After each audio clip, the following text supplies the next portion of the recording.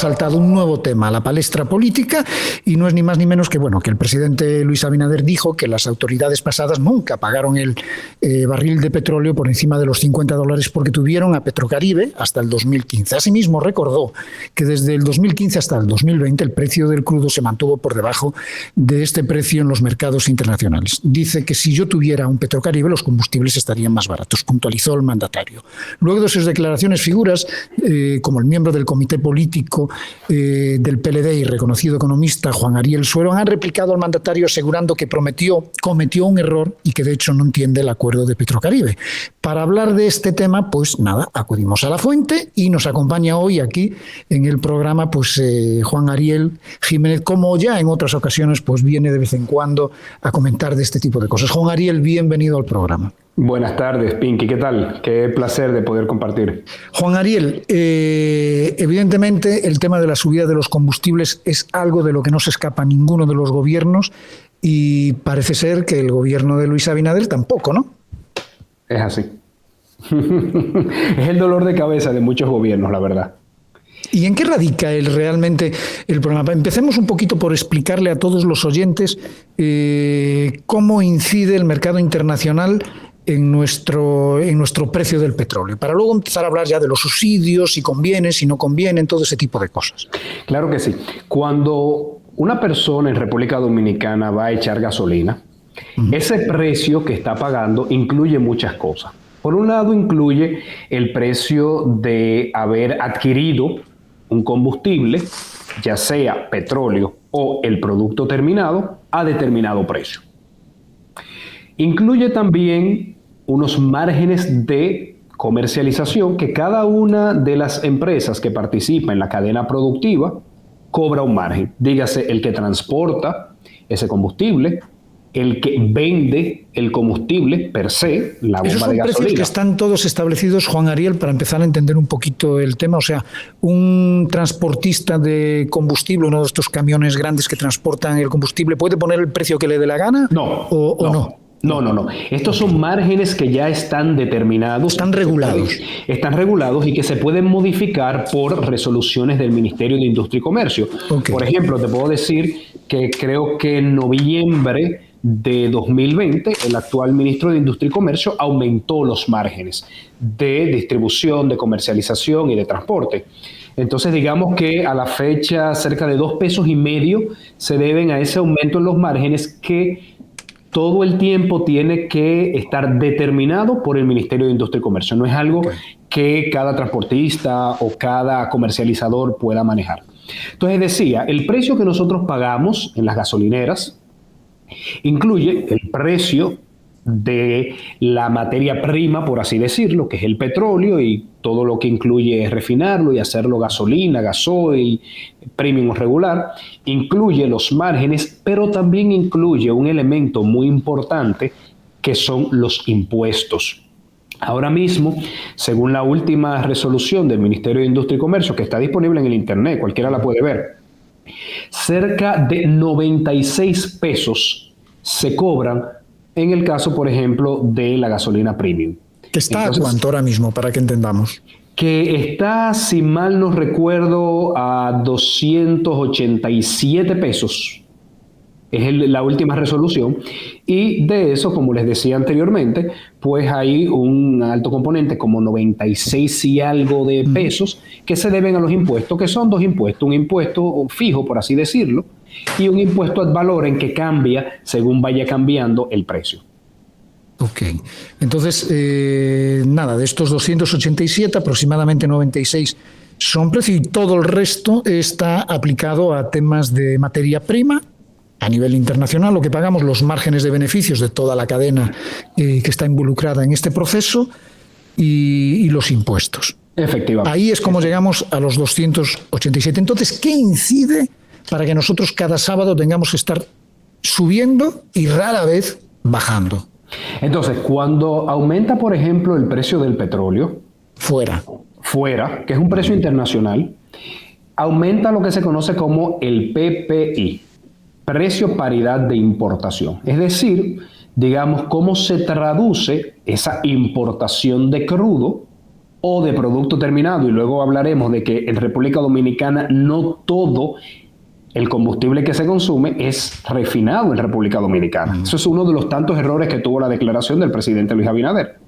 Entonces, cuando aumenta el precio del petróleo, aumenta este PPI, precio paridad de importación, y eso obviamente aumenta los precios, que tiene un impacto mayor porque el impuesto ad valorem, como se fija sobre el valor, entonces digamos que me hace un efecto rebote y aumenta todavía más los precios.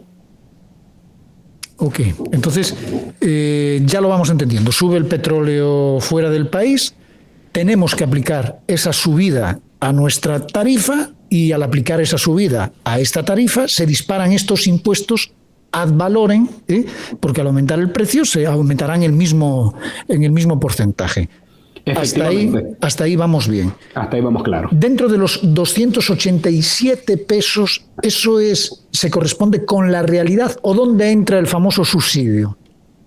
Bueno, es que el famoso subsidio que o sea, ¿estamos pagando lo que tendríamos que pagar o tendríamos que estar pagando más?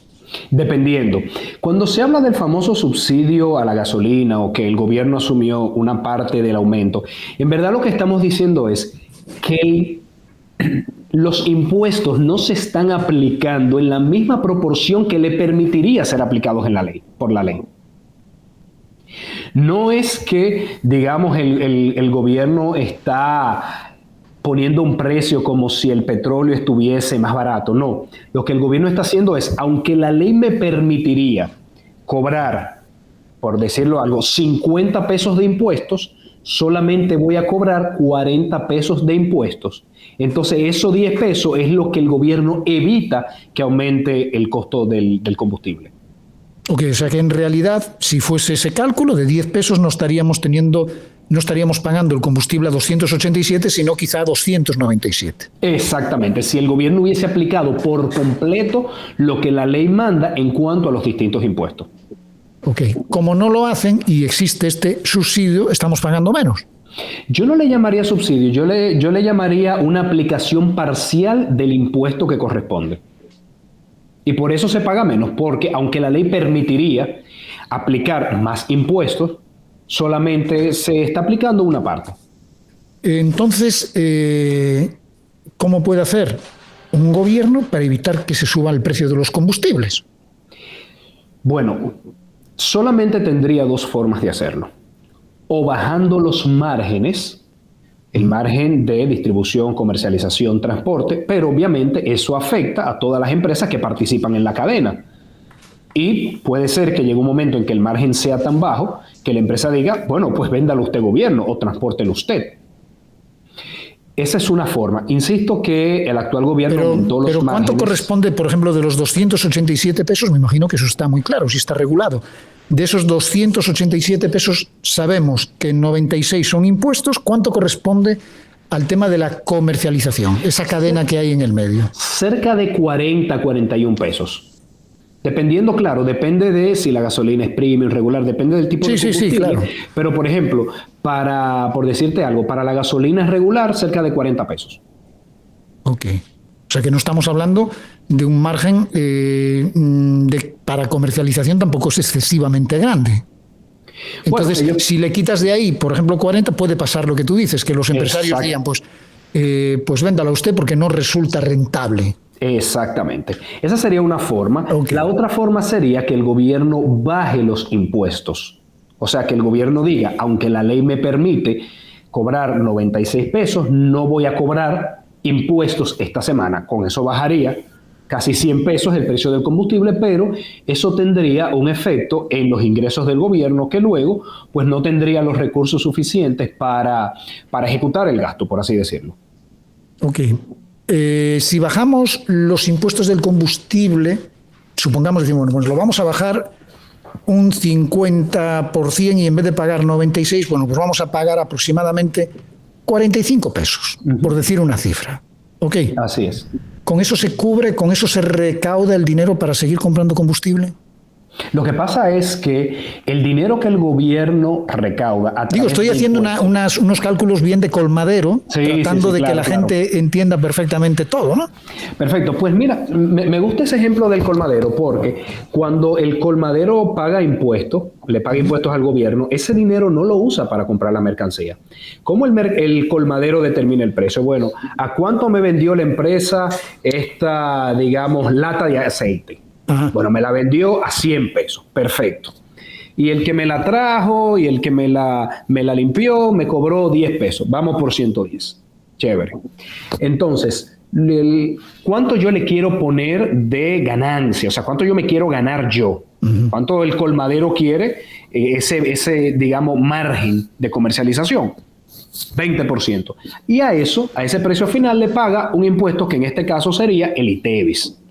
Tenemos que separar cada uno de los componentes, porque cuando el gobierno cobra impuestos por el combustible, ese no es el dinero con el que se paga la factura eléctrica. Ese gobierno va, como todos los demás impuestos, a financiar los gastos del gobierno, a financiar el 4% del PIB a la educación, construcción de obras, todo lo que gasta un gobierno normalmente. Sí, pero al final hay un cálculo donde el gobierno tiene que decir, bueno, yo invierto en combustible X cantidad de dinero al año, por ende tengo que recuperar X cantidad de dinero al año y quizás generar algún tipo de beneficios para tener más dinero. Eso no se cuadra, no es ese cuadra así tan fácil, o tenemos un déficit siempre en la compra de combustible. No, porque el precio que paga el país cuando importa combustible, eso está reflejado en el precio paridad de importación. Okay. Otra cosa son los impuestos. Por eso es que me gusta separar. Precio paridad de importación es a cuánto, digamos, se trae. Okay. Márgenes, lo que se le paga a las empresas que participan en la comercialización. Impuestos, lo que el gobierno recauda en la venta de combustible. Pero te voy a dar un ejemplo, Pinky. Estamos hablando de impuestos para la venta de combustible, pero cuando yo compro, digamos, un refresco, pago impuestos también. Sí, pago ITEVIS, pago selectivo al consumo de bebidas azucaradas. O sea que por eso es que hay que tener bien claro cada uno de los componentes para evitar, insisto, caer en el error que cayó el presidente Abinader cuando confundió los términos y además de que tuvo una confusión, creo que en contabilidad de costos. Ok. Entiendo más o menos. La solución entonces de cualquier Estado dominicano, de cualquier gobierno, sería bajar impuestos. Pero bajamos los impuestos y sube el crudo. O sea, estaríamos disparando al final un presupuesto de compra de combustible, ¿no? Y por eso es que con este tema del precio de la gasolina no es bueno entrar en política sin los argumentos técnicos, porque sería muy fácil decir, bueno, pero bajen el precio bajando los impuestos. Pero yo sé que por algún otro lado el gobierno... Es que va a llegar un momento que nos va a alcanzar. Claro, entonces por eso es que se critica tanto que las actuales autoridades, incluyendo congresistas, incluyendo el propio ministro, cuando estaban en oposición utilizaron el precio de los combustibles como una forma de oposición, digamos, poco responsable, y ahora que les toca un aumento fuerte en el precio del petróleo, pues se tienen que desdecir de todo lo que expresaron anteriormente.